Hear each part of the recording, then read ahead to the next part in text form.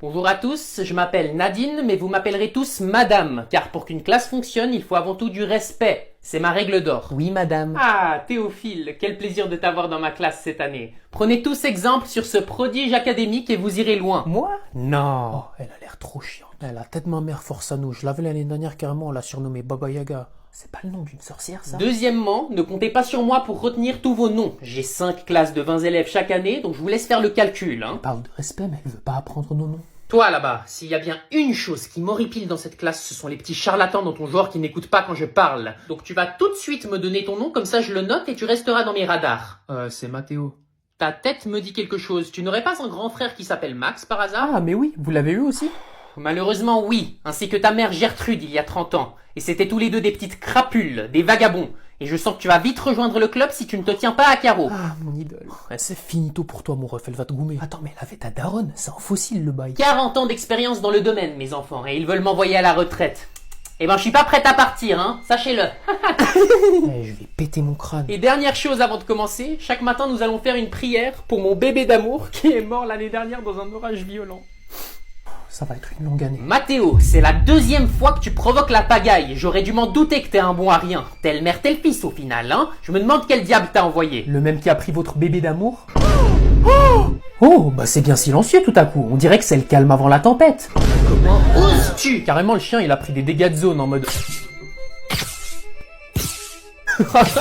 Bonjour à tous, je m'appelle Nadine, mais vous m'appellerez tous Madame, car pour qu'une classe fonctionne, il faut avant tout du respect. C'est ma règle d'or. Oui, madame. Ah, Théophile, quel plaisir de t'avoir dans ma classe cette année. Prenez tous exemple sur ce prodige académique et vous irez loin. Moi? Non. Oh, elle a l'air trop chiante. La tête de ma mère force à nous. Je l'avais l'année dernière carrément, on l'a surnommée Baba Yaga. C'est pas le nom d'une sorcière, ça? Deuxièmement, ne comptez pas sur moi pour retenir tous vos noms. J'ai 5 classes de 20 élèves chaque année, donc je vous laisse faire le calcul, hein. Elle parle de respect, mais elle veut pas apprendre nos noms. Toi là-bas, s'il y a bien une chose qui m'horripile dans cette classe, ce sont les petits charlatans dans ton genre qui n'écoutent pas quand je parle. Donc tu vas tout de suite me donner ton nom, comme ça je le note et tu resteras dans mes radars. C'est Mathéo. Ta tête me dit quelque chose. Tu n'aurais pas un grand frère qui s'appelle Max par hasard? Ah, mais oui, vous l'avez eu aussi? Malheureusement oui, ainsi que ta mère Gertrude il y a 30 ans. Et c'était tous les deux des petites crapules, des vagabonds. Et je sens que tu vas vite rejoindre le club si tu ne te tiens pas à carreau. Ah, mon idole. C'est finito pour toi, mon ref, elle va te goumer. Attends, mais elle avait ta daronne, c'est un fossile le bail. 40 ans d'expérience dans le domaine, mes enfants, et ils veulent m'envoyer à la retraite. Eh ben, je suis pas prête à partir, hein, sachez-le. Je vais péter mon crâne. Et dernière chose avant de commencer, chaque matin nous allons faire une prière pour mon bébé d'amour qui est mort l'année dernière dans un orage violent. Ça va être une longue année. Mathéo, c'est la deuxième fois que tu provoques la pagaille. J'aurais dû m'en douter que t'es un bon à rien. Telle mère, tel fils au final, hein. Je me demande quel diable t'a envoyé. Le même qui a pris votre bébé d'amour? Oh, bah c'est bien silencieux tout à coup. On dirait que c'est le calme avant la tempête. Comment oses-tu? Carrément, le chien, il a pris des dégâts de zone en mode...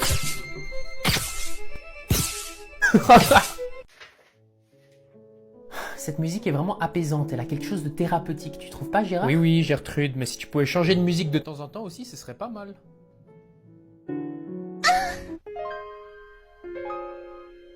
C'est bizarre, ils ont fait un remix. Je pense pas. Mais alors, quelqu'un s'est connecté à ma basse? Je crois bien, ouais. Où sont les gosses? Léa et Max sont encore à l'école et Mathéo, ça fait 1 heure qu'il est aux toilettes. Pourquoi ça marche pas?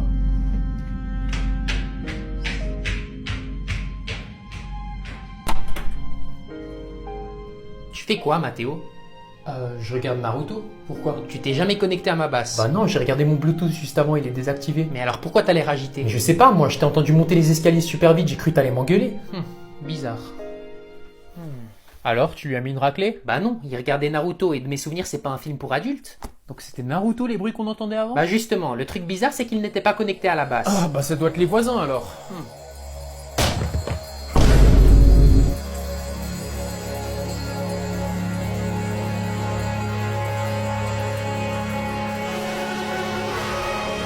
Je vais t'exterminer!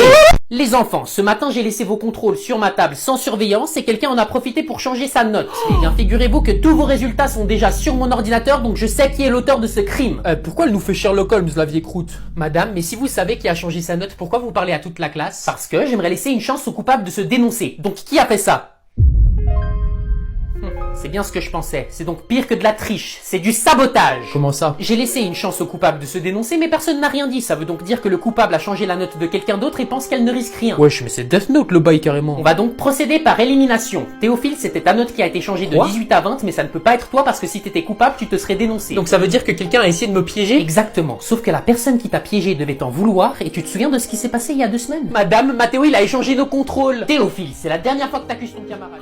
Donc c'est Mathéo? Moi? Non, parce qu'au final, t'as quand même eu 0 après l'avoir accusé d'échanger vos contrôles. Je pense plutôt que c'est une histoire de vengeance. Mais c'est pas moi! Si je voulais me venger, j'aurais changé sa note, pas la mienne! Alors on va faire un petit jeu. Un jeu? Exactement. Tu vas choisir un chiffre entre 1 et 1 million et si j'arrive à deviner ton chiffre, tu vas t'avouer coupable.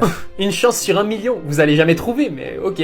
Eh ben tu peux tout droit aller en retenue, t'auras 0 pour tricherie. Quoi? Mais vous avez même pas deviné? J'avais pas besoin de deviner. Si t'avais rien à cacher, tu m'aurais dit que ça sert à rien de jouer, mais pourtant t'as accepté en pensant que je devinerais jamais et tu t'es dénoncé tout seul. Mais c'est pas logique, pourquoi j'aurais changé ma propre note? Parce que tu sais que je garde un tableau numérique avec toutes les notes et tu sais que je sais que toi et Mathéo vous vous détestez, donc t'en as profité pour me faire croire qu'il a changé ta note. T'es intelligent Théophile, mais pas assez. Non! Si! Échec et maths. Ouais. Je vous préviens les enfants, Mamie Pétunia est très faible et elle a besoin d'un respirateur artificiel, donc je ne veux pas d'histoire, c'est compris? Je comprends toujours pas pourquoi elle va pas en maison de retraite. Je t'ai déjà expliqué, elle est aussi têtue qu'un âne, c'est le type de personne qui refuse qu'on lui offre sa place dans le bus et ensuite qui se pète la gueule au moins de coups de frein. C'est pas elle qui dit tout le temps qu'elle se sent jeune et libre? Jeune, je sais pas, mais libre bientôt sûrement. En tout cas pour le moment, elle entend qu'à moitié, donc soyez pas étonnés si elle parle en langue des signes de temps en temps. Elle respire même? Mais dis pas de bêtises. Elle était clairement en train de suffoquer là. J'ai oublié de respirer. Ça peut s'oublier? Quoi? Parle en langue des signes, c'est plus simple. Je t'ai déjà dit que je suis pas sourde, espèce de singe épileptique. Contre son camp. Mais tu veux faire comment alors? Tu m'entends à peine. Qu'est-ce qu'il y a? Eh, mais ça dégoûte en fait. Je me suis chié dessus. Tu pouvais pas te retenir? Non mais c'est une blague. On la laisse comme ça? Vaut mieux, ouais. C'est quoi ce bruit? T'as débranché Pétunia, espèce d'imbécile! Pas du tout, c'était le câble de l'aspirateur. Mais alors? Oui. Pétunia! C'est la 3e fois cette semaine que tu te débranches, ça va pas la tête? Laissez-moi rejoindre mon chéri adoré, bande de moules. Oh, papy te manque? Ce vieux schnock? Pas du tout, je parlais de son meilleur ami Alphonse. T'as trompé papy avec son meilleur ami? Une femme mature comme moi n'a donc plus le droit de profiter de la vie, ils sont tous les deux morts de toute façon, et moi je slay encore. Non mais j'arrive pas à y croire. Ferme ton clapet et viens m'essuyer le baltrou, c'est en train de sécher. Les enfants, aujourd'hui c'est Noël donc on va ouvrir vos cadeaux. Yes, j'espère y a tout sur ma liste. Et puis quoi encore? Ta liste était plus longue que la vie de Pétunia. Bah quoi, je pensais que le Père Noël avait des lutins esclaves pour fabriquer tous ces cadeaux. C'est pas faux, sauf que le Père Noël de nos jours on l'appelle la Chine et il nous fait payer pour tous vos cadeaux. Pétunia, ça suffit. Le Père Noël est chinois? Oui. Non, vas-y, ouvre ton cadeau. Passe-moi le papier! Tu vas être sexy comme jamais. Ah, merci mamie. Arrête de faire semblant d'aimer, petit crétin. Tu crois vraiment que je te ferai un pull aussi moche? Regarde plutôt ce qui est écrit dessus à la place de juger. Traduit de l'anglais, ça veut dire j'ai plein de putes.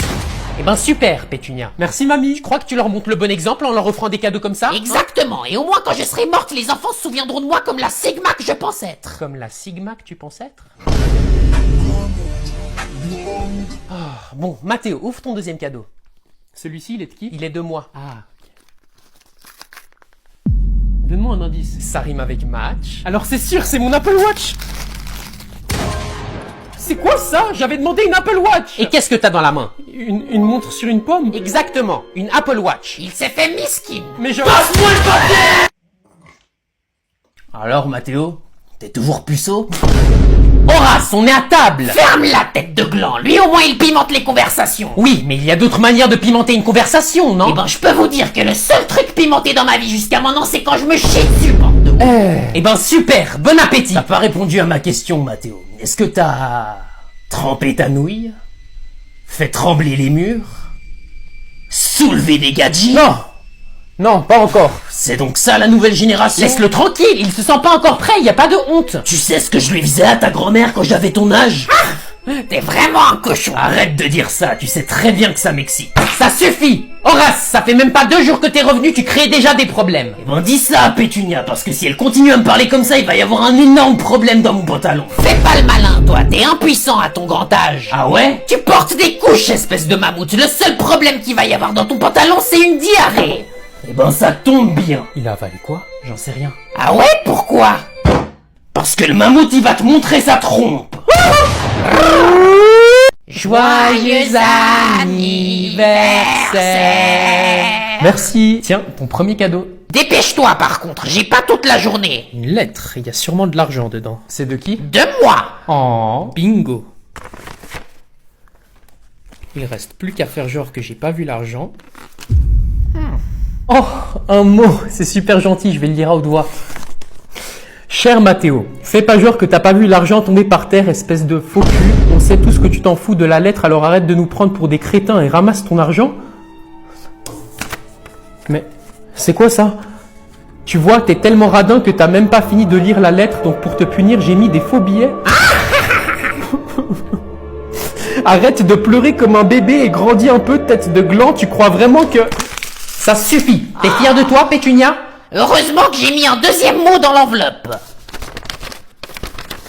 Lettre de secours au cas où Gertrude arrache la première lettre? Cette fois, je tombe pas dans le piège. À moi la thune. C'est bien, t'apprends de tes erreurs, mais tu restes quand même un radin qui s'en fout des mots de sa grand-mère, petit branleur, bon à rien, imbécile. Maman, tu m'achètes des nouveaux ballons. Tu rigoles, je t'ai acheté un paquet entier hier. Ouais, mais ceux-là, ils sont nuls. Je t'ai dit, Gertrude, faut arrêter de lui acheter tout ce qu'il veut. Il a que 5 ans, il est jamais content, ce pourri gâté. Ah ouais, bah t'iras faire les courses à ma place la prochaine fois, monsieur, je sais tout. Alors? Non, tu peux pas avoir des nouveaux ballons. Et puis c'est quoi le problème avec les tiens? Ils fonctionnent très bien, non? Ouais, mais les tiens, ils sont mieux. Les miens? Mais j'ai pas de ballon, moi. Pourquoi je m'achèterais des ballons? Bien sûr que si, t'en as. Ils sont transparents et tu peux les gonfler comme ça grand. Ah, tu parles de ces ballons-là. Oui, tu m'en achètes? Fiston, c'est des ballons pour les adultes. T'es un peu trop jeune pour en avoir. Exactement, et j'aimerais plus que t'aies fouillé dans mon armoire. Je t'ai déjà dit 1000 fois que c'est interdit. Dans ton armoire? Oui, c'est là où je cache mes ballons. Mais non, moi je les ai trouvés dans la poubelle, tes ballons. Fiston, tu ne touches plus jamais aux ballons dans la poubelle.